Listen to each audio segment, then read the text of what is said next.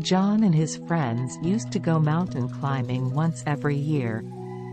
This time they have decided to climb mountains in the Swiss Alps. They reached the famous mountain spot in the Swiss Alps and were surprised to see many people climbing the mountains. John and his friends started wearing all the mountain climbing gear and started climbing. In no time, they reached the top of the hill. After reaching there, friends decided to camp there. Then John saw another mountain where only a handful of people were trying to climb it. He told his friends, "Let us go and climb that mountain also. It will be fun and challenging instead of camping here."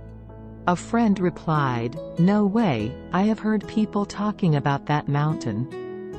It seems the path is difficult to climb, and only a few people can able to climb." People nearby hearing the conversation made fun of John and said, "If it was easy to climb, why we were sitting idle here?"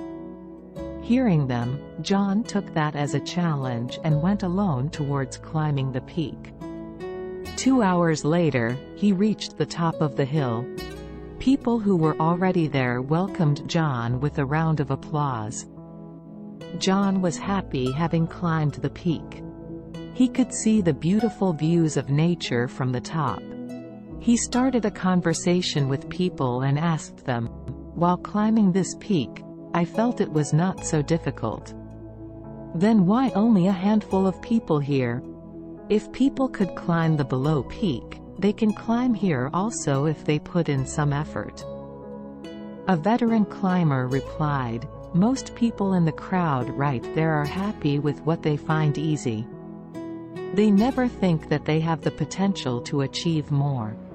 Even people who are not happy there do not want to take any risk. They think if we take risks, they will lose what they already have. But to reach a new peak, we need to put in our effort."